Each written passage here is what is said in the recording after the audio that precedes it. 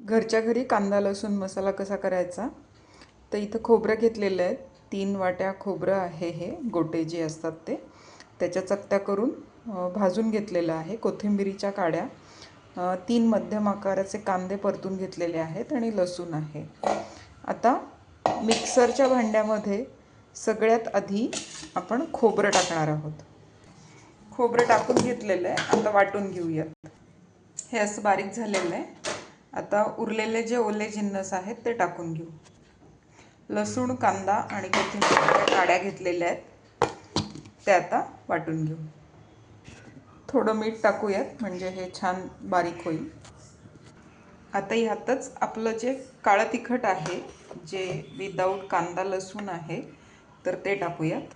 भरपूर काळं तिखट टाकलं आहे. आता ते पण फिरवून घेऊया. इथे आता कांदा लसूण मसाला जो आहे तो आपला तयार आहे. आणि हा स्टोअर कसा करायचा? तर तुमच्याकडे जर काचेची बरणी असेल तर त्यामध्ये हा स्टोअर करायचा. मी थोडंसं मीठ पण टाकलेलं आहे. साधारण हा अर्धा किलो ते पाऊण किलो मसाला आपला तयार आहे.